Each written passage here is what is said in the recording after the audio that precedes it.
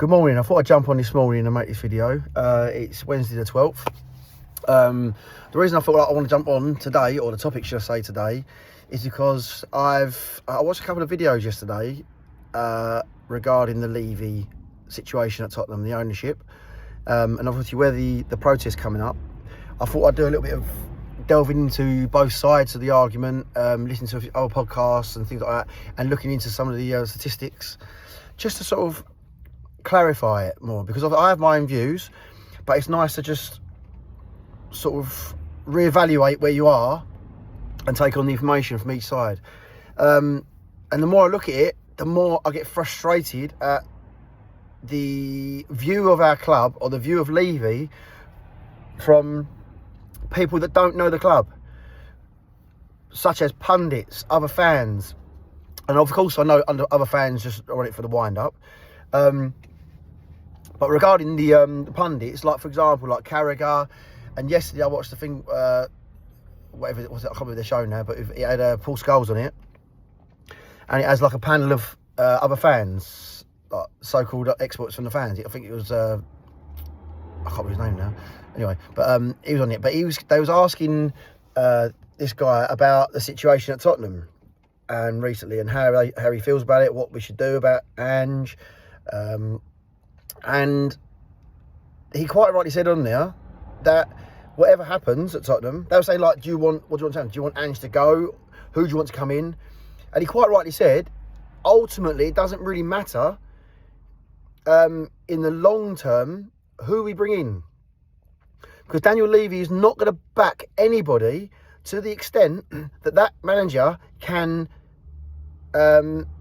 succeed.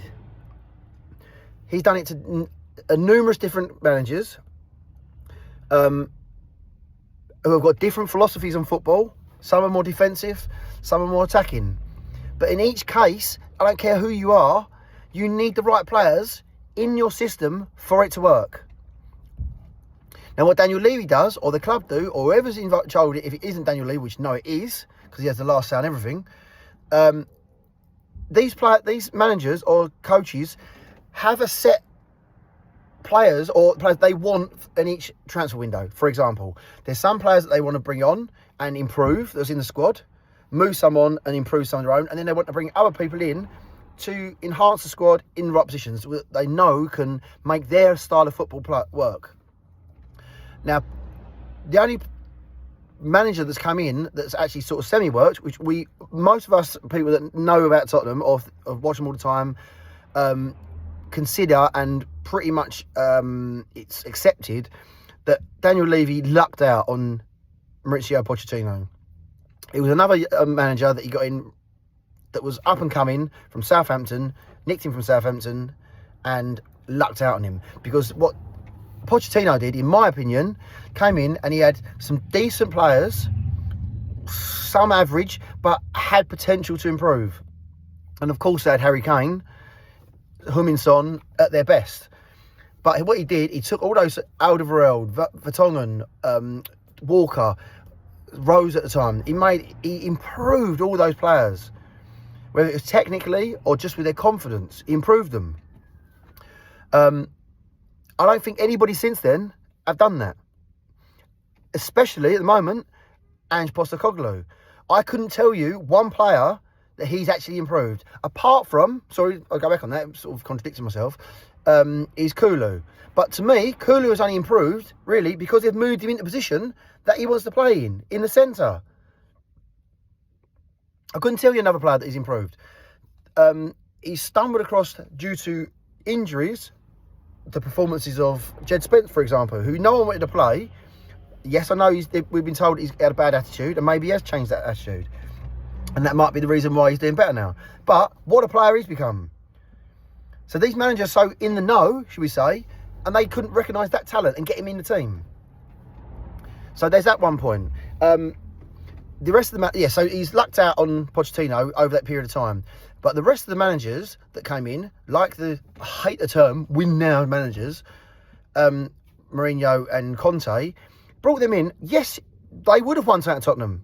They 100% would have done. But it would have taken Daniel Levy and the club to buy the players that they wanted, the number one choice that they wanted. And that means spending the money on them, for starters, the transfer fee, and paying the wages. Daniel Levy will not do that. He will categorically not do that for players. Over the period of time, the history we've had, look at the players we missed out on. That where Daniel Levy, if he'd have pushed it that couple of million, whatever, but he'll hold out to get that player. Grealish is a great example. When he was like 20 million odd, I think it was, and we was holding out, wouldn't buy him during the time when Aston Villa were in financial troubles, just before they got bought out by this recent lot. But Daniel Levy dragged his heels. He wanted to get that better deal, but he was quite willing to walk away from the deal because it didn't suit him. Now look at him. They didn't sell him for 100 million. That's just one example. And if you go through all the managers that we've gone through, there's been numerous occasions when they've asked for a certain player and they've gone for second or third or fourth one down the line. Or they've put in offers that are just trivial offers they know is not going to be accepted. So we end up with the managers then get disenchanted with the team. They know they can't perform. So they literally, in the end, they start just losing interest. Regarding Pochettino, and I'll go for this because I do know someone that was involved in the club there at the time. I won't give my source, but he was not 100% source, but he was in enough to know what was going on a little bit. And regarding the Pochettino, when they say, "Oh, he lost the dressing room," the reason why Pochettino lost the dressing room was because at the end of that season, after the Champions League final, Pochettino had done the right thing.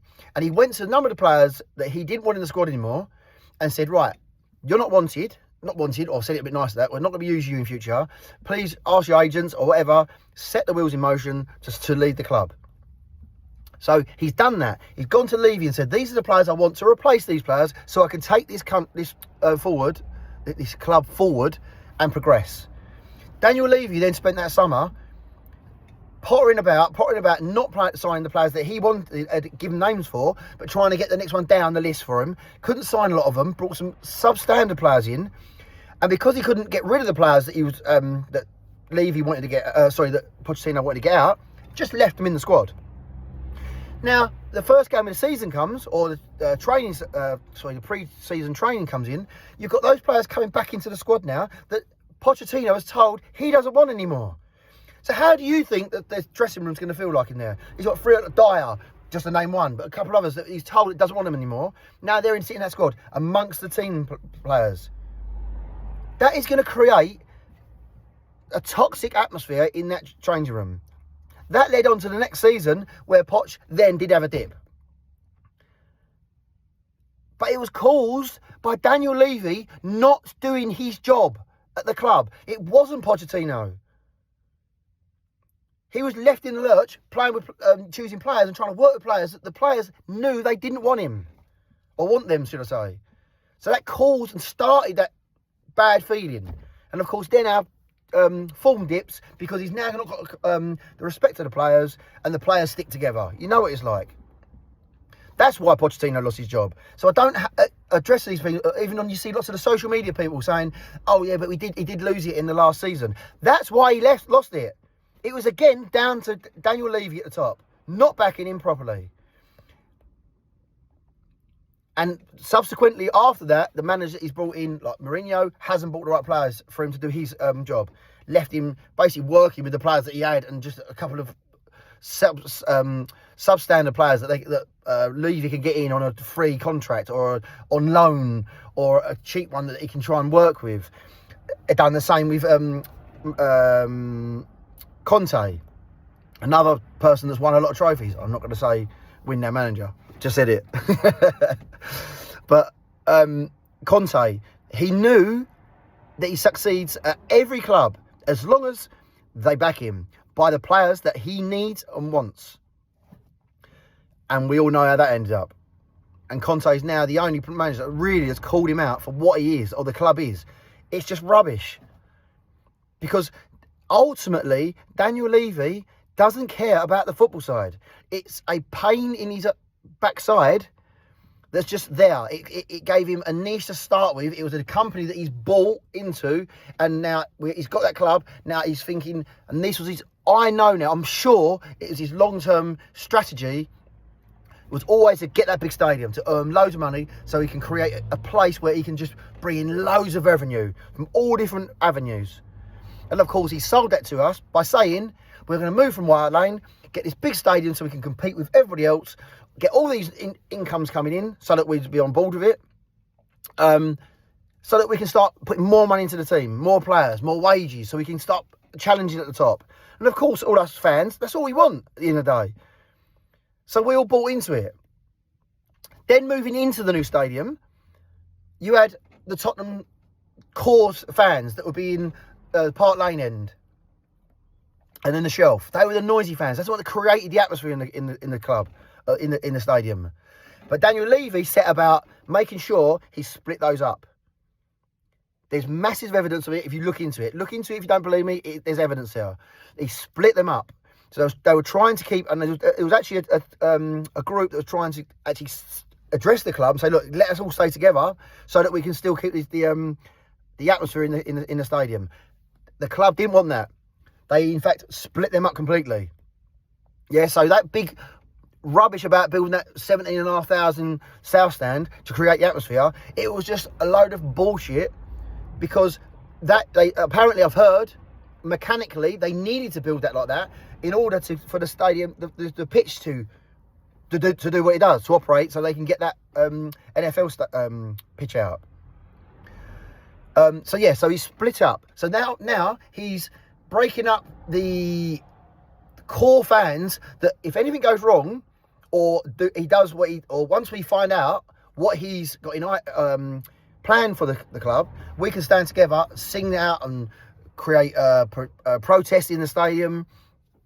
So he's split it up. He's also set inside, now don't quote me on this, but I have been told this by a couple of Spurs fans. I won't name him because I'll get in trouble, but he told me that if you, one of the things that I had, there's an advert on social media at the moment advertising the expensive seats in Tottenham, where you get hospitality and all that sort of stuff. So I looked into it. The cheapest one is £500 and something for a game. The most expensive one on there, per person, was over £1,000 for one game. And you get a bit of grub of it and free drinks. You get a nice seat and a soft seat, whatever. But ridiculous. So I made a comment on there, don't give Levy your money. And I had a guy come on there, he obviously wasn't a Spurs fan, but he was making comments like, against the protest, saying, if you don't like it, don't take your seat up or abandon your seats. So I then put under there, because they don't understand from people outside the club, they just see this Daniel Levy who's got this stable club. He's built this stadium. He's got this training ground. He's given the manager £300 million to spend over his tenure at the moment. But they don't understand that £300 million, most of it's not spent on the players that these managers want. Or they're spent on kids that are not going to do anything at the moment. Because Daniel Levy is not stupid. He knows if those player does really well in the team, they can then sell him for 80, 90, 100 million in the future. Any logical Tottenham fan knows that you buy a few kids that you can bring into the squad and buy for the future, definitely. But you need some now players that can come in there and help and educate those players. Show them how to play into a team. Bring them in slowly, and then they can sort of acclimate to the club and the team and start playing well around other players. But Levy doesn't do that. Levy will buy a load of kids, bring a couple of players on loan. Timo Werner, he was terrible last season. There was no reason to bring him again on another deal. And yet they brought him on another deal because free contract, on loan. It is mind-boggling. But anyway, going back to the guy that's on the YouTube thing, the advert, he then said to me, and this is what his actual words, I didn't write them down, but he said, I said something about Daniel Levy saying this, we want to get him out of the club for this same reason, trying to be logical with him. He was trying to rile me up. I don't know what fan he was, but he was trying to get me going. But I was keeping my head and trying to explain to him why it is the way it is there, and that they should be careful, because I believe the new business model for football clubs is to buy in and start actually using them to earn money, as opposed to make the football club better or the team better.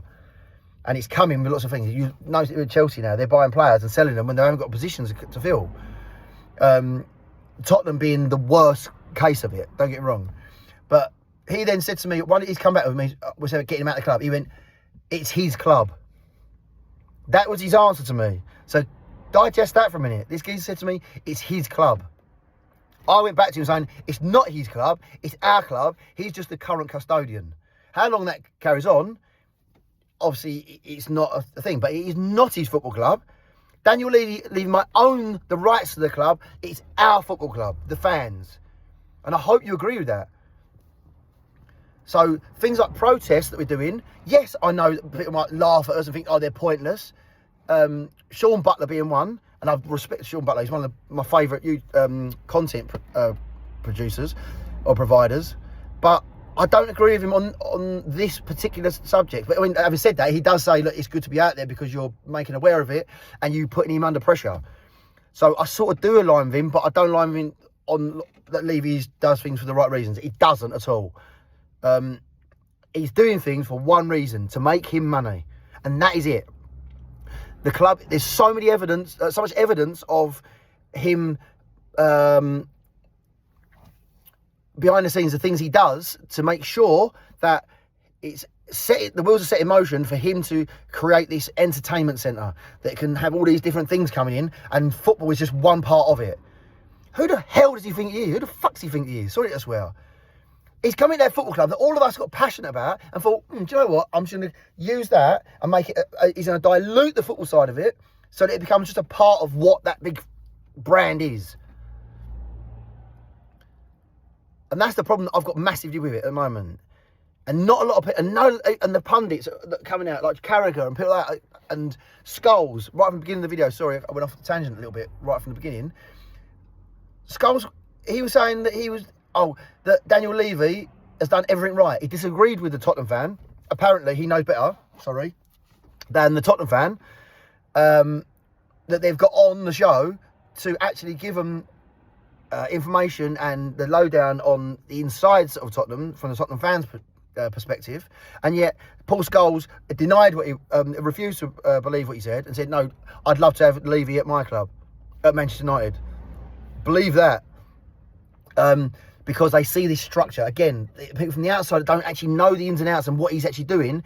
And sometimes you even explain to them what's going on. They either don't believe you or still go on Levy's side, some of them. They don't understand. And it's infuriating listening to the pundits on TV at the moment talking about our club. Or they'll touch on that Levy's not good, but then they'll go, yeah, but he's built this stadium. He's built this training ground. We don't care about that. We want to win trophies. We want to watch a good football team. It's a football club at the end of the day. That's what it started as, and that's how we want it to be.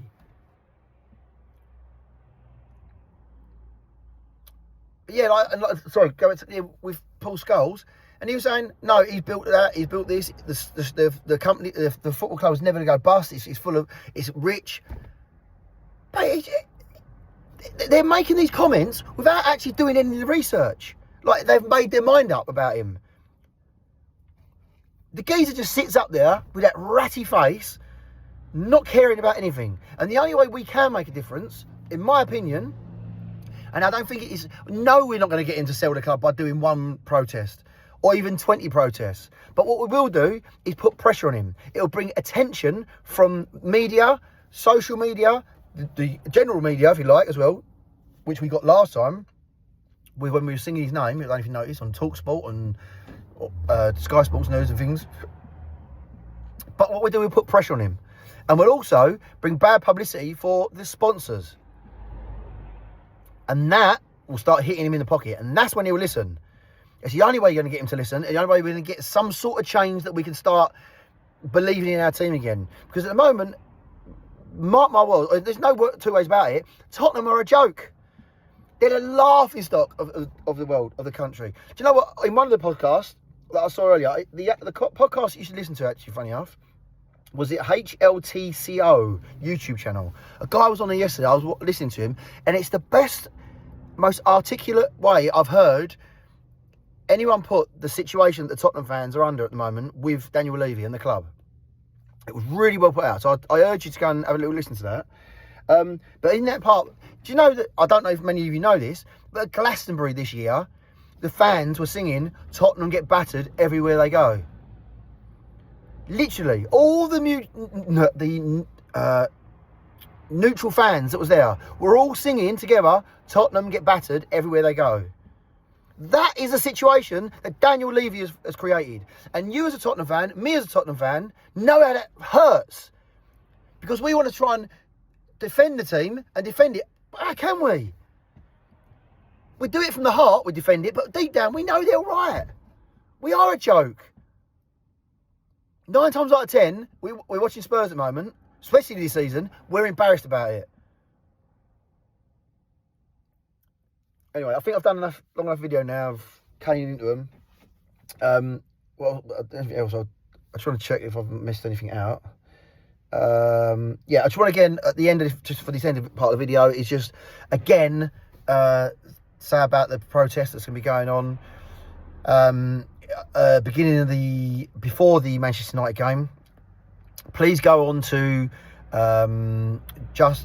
Change for Spurs or Change for Tottenham, their YouTube channel or their X channel gives all the information. Whether you're an international fan, there's things to do there.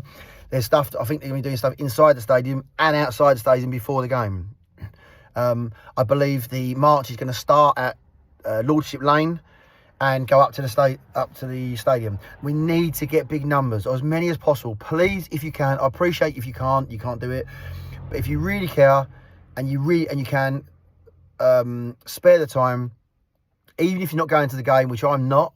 So I'm going to just do this. Obviously, I'll do a bit of content as well. Hopefully, interview some of you and get some people's opinions on it and get some footage so I can put on it on my channel so you guys can see. But please do try and make an effort to get there, because unless we get some numbers down there and really make ourselves heard, which I think there's going to be quite a lot from what I've heard, we can start to make change. Even if it's something small, even if we put some pressure on Levy just to make some signings or whatever in the summer to back someone. Okay, people, I'm gonna leave it there because I think I've had a bit of enough rant enough on this guy. I want to get this guy out of my head if I can, but it's just so difficult at the moment. Anyway, I'm going to leave it there, and I hope you all have a good day. And hopefully I'll see you over there on Sunday at the protest. Come on, you Spurs.